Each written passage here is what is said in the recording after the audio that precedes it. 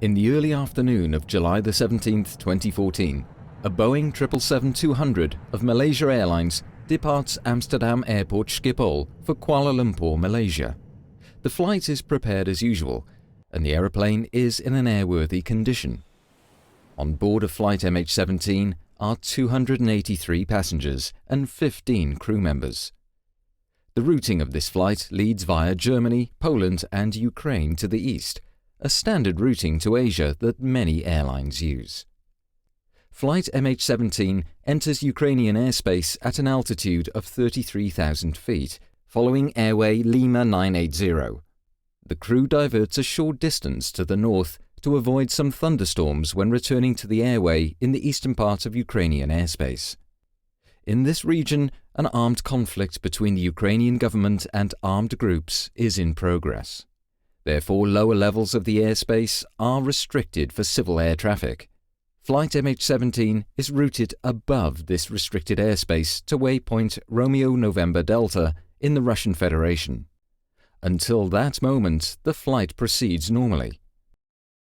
When flight MH17 is above the eastern part of Ukraine, a Buk surface-to-air missile system fires a missile. It travels almost at 3 times the speed of sound and carries a 9N314M model warhead.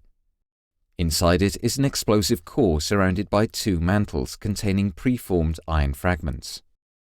Radar guides it to its target, where it is detonated by means of a proximity fuse. A Buk surface-to-air missile can reach an altitude of 80,000 feet, exceeding the flight altitude of flight MH17 by far. At 20 minutes and 3 seconds past 1, this warhead explodes to the left and above the cockpit of MH17. About 800 preformed fragments perforate the aeroplane. This impact, combined with the blast of the explosion, causes the cockpit and the business class section to separate. As it descends, the aeroplane disintegrates. This film shows the international investigation into this crash, conducted by the Dutch Safety Board.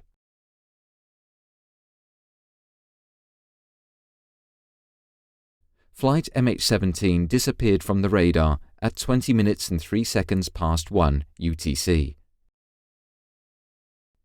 Very soon, the first reports were made of wreckage falling down in the eastern part of Ukraine. In an area of about 50 square kilometers, 6 sites were identified where parts of the aeroplane came down. Wreckage of the cockpit and the forward section of the aeroplane crashed at the sites near Rozipna and Petropavlivka. The aft and tail sections ended up about 8 kilometers eastwards, near the village of Grabov. The middle section of the aircraft was destroyed by an intense fire at the main crash site. None of the 298 occupants survived the crash. The Ukrainian National Investigation Bureau, NBAAI, commenced an investigation the same day.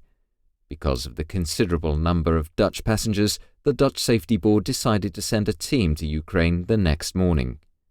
They arrived in Kiev on the evening of the 18th. On July 23rd, Ukraine delegated the investigation to the Netherlands, and the NBAAI requested the Dutch Safety Board to conduct the investigation. This investigation was conducted according to the standards and recommended practices of ICAO, the United Nations International Civil Aviation Organization.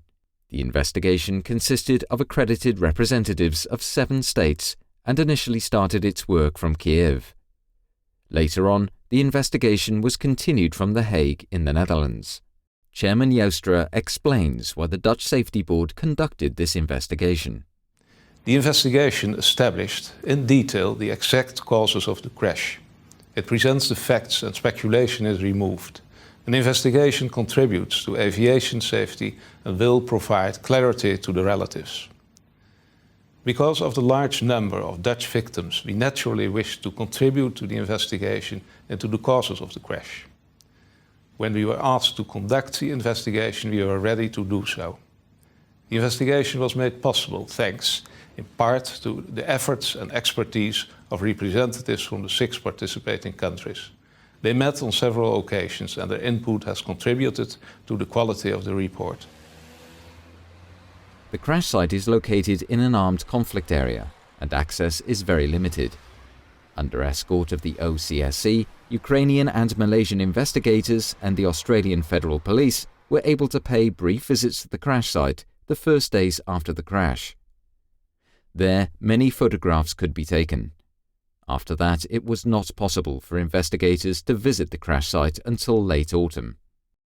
Sections of the cockpit found on the crash site show damage indicating high-energy objects penetrating the aeroplane from the outside. The flight data recorders were handed over and the investigative team transported them to Farnborough in the United Kingdom to retrieve the data. Based on these first findings, the Dutch Safety Board published a preliminary report in September 2014. The first conclusions were: no abnormalities were found regarding the aeroplane or crew. No malfunction of any system or oral warning was recorded. Also, no distress messages were received by air traffic control. Radar data showed that no other aircraft was in such close proximity that a mid-air collision could have occurred. Damage to the forward fuselage indicated penetration by high-energy objects from outside the aeroplane. In the autumn of 2014, the first recovery mission for the wreckage took place. From October onwards, preparations were made to recover those parts of the wreckage that were most important and to transport them to the Netherlands for further investigation. During a 6-day period, starting on the 16th of November, the Dutch Safety Board recovered hundreds of pieces of wreckage. The wreckage was transported to a railway station in Torez, Ukraine. In the spring of 2015, 2 wreckage recovery missions followed. Investigators were able to recover additional wreckage from the sites that could not be investigated before. They also received wreckage that was collected by locals. The first convoy of wreckage arrived in the Netherlands at the Gilse Ryan Air Force Base on the 9th of December 2014. Over the following months, more convoys of wreckage were transported to Gilse Ryan.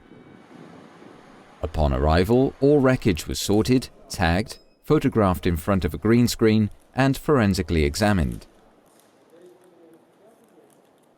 In a hangar, pieces of the aeroplane were laid out for investigation. All wreckage pieces were examined for failure mechanisms, damage patterns, and traces of external objects that could have hit the aeroplane. The investigation of the wreckage led to further evidence of a surface-to-air missile being the cause of the crash of flight MH-17. A number of other scenarios, such as internal explosions, gunfire, or air-to-air missiles, were excluded. Based on the photographs of the wreckage, a 2-dimensional reconstruction was made to identify the position of wreckage on the aeroplane's grid. The major fractures were determined on the basis of the wreckage, the photo reconstruction, as well as the location where each part was found. At Gilse Ryan Air Force Base, the Dutch Safety Board made a 3-dimensional reconstruction of the forward section of the aeroplane. First, a frame matching the model of a Boeing 777-200 was built. Over a period of 3 months, the cockpit and the forward part of the business class were reconstructed. The parts were moved to their exact position and fixed in place. This reconstruction was made to validate and visualize the results of the investigation. It shows the overall picture and places various parts and damages in their context. Looking at the reconstruction, the impact pattern made by the high-energy objects is clearly visible. The reconstruction also demonstrates the effects of the impact and shows the marks where the cockpit was torn from the rest of the fuselage. The high-energy objects that perforated the aeroplane were also found in the bodies of 3 crew members seated in the cockpit. The preformed fragments have distinctive shapes, cubic and bow tie shaped, and were made of a ferrous metal. Some fragments had traces of aluminium and glass on them, proving that they had perforated the aeroplane from the outside. The 2 left windows of the cockpit particularly show perforation by preformed fragments. Many traces of explosives were found on pieces of wreckage. Also, certain traces of paint were found that match paint on parts of a missile that were recovered from the crash site and missile fragments found in the cockpit and the left wing.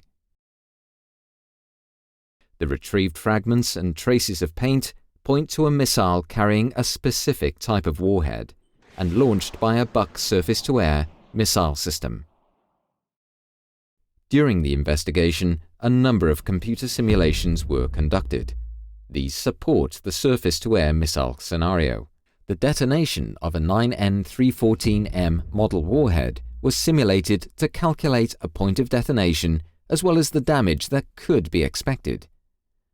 The warhead exploded on a location in space less than 1 cubic meter to the left of and above the cockpit, spraying its fragments in a characteristic radial circular pattern originating from the missile.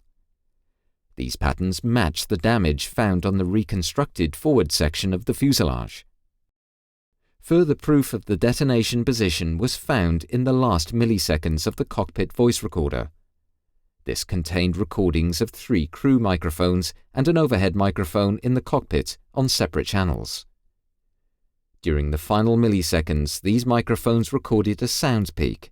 Based on the difference in timing of the recordings of the sound peak on these 4 microphones, a direction could be calculated. Based on the investigation into the detonation of the warhead and the characteristics of both the Boeing 777 and the Buck surface-to-air missile, its possible flight paths were simulated.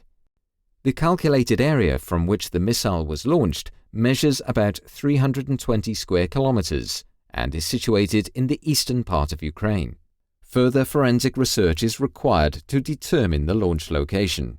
Such work falls outside the mandate of the Dutch Safety Board.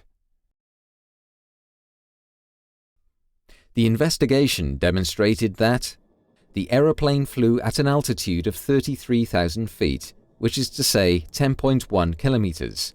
No abnormalities regarding the aeroplane or crew were found. The flight proceeded normally, and no malfunctions of any system or oral warnings were recorded. Also, no distress messages were received by air traffic control.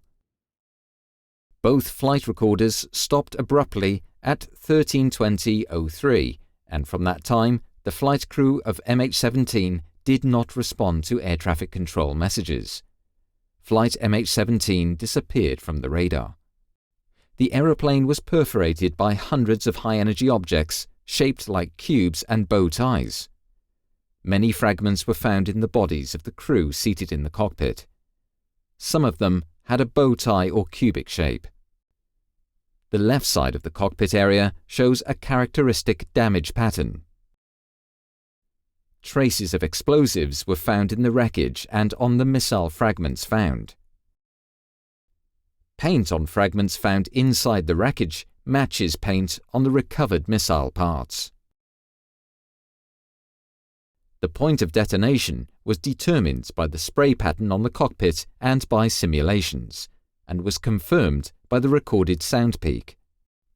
The impact and blast resulted in the aeroplane's disintegration. The wreckage of the aeroplane was distributed over 6 different sites, consistent with the way the aeroplane broke up in the air. Based on these findings, the Dutch Safety Board concludes that flight MH17 was downed by a 9N314M warhead carried on a 9M38 series missile as installed on a Buck surface-to-air missile system. Other scenarios were investigated and excluded. No other scenario can explain this combination of factors. The findings are conclusive and support each other based on multiple sources. To that end, we have been able to draw well-supported conclusions about the flight and the causes of the crash. The investigation of the wreckage has demonstrated that the aircraft was perforated at high speed by fragments coming from a specific location to the left and above the cockpit. There were indications of this early in the investigation, but the wreckage turned out to be important for verifying and further substantiating those indications. Immediately after the crash of MH17, the question rose how it was possible that a scheduled commercial airliner flew over an area that was known to be a conflict zone. The armed conflict in Ukraine progressively expanded to the air, and several military aircraft had been shot down in the previous weeks. According to Ukrainian authorities, 2 of these aircraft were hit by more powerful weapons that reached higher than before, but none of the parties involved made any connection between the military developments and the possible risks posed to civil aviation. On June 6, 2014, a Notice to Airmen, or NOTAM, was issued by Ukraine to restrict the airspace over the eastern part of Ukraine up to flight level 260. This was done to protect military aircraft from ground attacks and to let them fly at a higher level. On July 14th, the restriction was raised to flight level 320. Airlines assumed that the unrestricted airspace above this level was safe. Most commercial airlines continued their flights over the region. On July 17th, until the airspace was closed, 160 commercial flights passed through this area. 3 other airliners were in close proximity of MH17 when it disappeared from the radar screens. All over the world there are areas where an armed conflict takes place while the airspace above those areas remain unrestricted. The risk resulting from flying over conflict areas is paid insufficient attention to by operators, authorities and aviation organizations all over the world. This needs to change. Ukraine had sufficient information to close the airspace to civil aviation prior to July 17. None of the parties involved recognized that the armed conflict in the eastern part of Ukraine would entail risks to civil aviation. Passengers should be able to trust the airline to have done everything possible to operate the flight safely. States should ensure that airspace will be closed if it's unsafe to civil aviation. In order to achieve that, information pertaining to risks and threats must be shared by countries and operators. When a civil aeroplane like Flight MH17 crashes, an international investigation on a large scale is set up and conducted according to international rules and standards.